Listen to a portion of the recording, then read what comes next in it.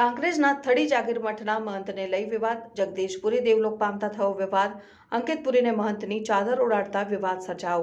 સ્વર્ગસ્થ જગદીશપુરીને સમાધિ આપ્યા બાદ દેવદરબાર જાગીર મઠના મહંતે શંકરપુરીને શાલ ઉડાડીને નવા મહંત તરીકે સ્થાપિત કરવામાં આવ્યા હતા.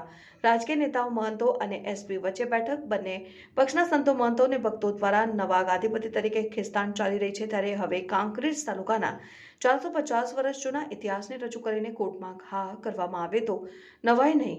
જોકે હજુ સુધી કોઈ ચોક્કસપણે નિર્ણય લેવાનો નથી, પરંતુ હાલમાં તો સ્વર્ગીય આત્મા બ્રહ્મલીન મહંત શ્રી જગદીશપુરી બાપુનો છેલ્લો દિવસ હોવાથી મોટી સંખ્યામાં શ્રદ્ધાળુઓ ઉમટી પડ્યા હતા અને 12 ફોટોને પુષ્પાંજલિ અર્પણ કરી નમન કર્યા હતા. જેમાં સૌથી અગત્યની બાબત વિશે વાત કરીએ તો નવા ગાદીપતિ તરીકે અંકિતપુરીને શાલ ઉડાડી દેવામાં આવતા વિવાદ સર્જાયો છે. ત્યારે જિલ્લા પોલીસ વડા અક્ષયરાજ મકવાણાએ દરેક ઉપસ્થિત લોકોને કાયદો અને વ્યવસ્થા જળવાઈ રહે તેવી અપીલ કરી હતી અને હવે કદાચ જિલ્લા કલેક્ટર દ્વારા કાયદાકીય રીતે કોની પર કળશ જોડવામાં આવશે કે પછી ગુજરાત હાઈકોર્ટ સુધી મામલો પહોંચશે જોવું રહ્યું. કારણ કે રાજપૂત સમાજના બારોટ પણ 450 વર્ષ જૂનો ઇતિહાસ લઈને થડી જાગીર મઠ ખાતે આવેલ છે. ત્યારે અઢારે આલમના હજારો લોકો જાગીર મઠના મહંતને લઈને પહોંચ્યા. કાંકરેજ તાલુકાના થડી જાગીર મઠ ખાતે આખરે નવા ગાદીપતિ કોણ એ પ્રશ્ન દરેકના મનમાં થઈ રહ્યો છે.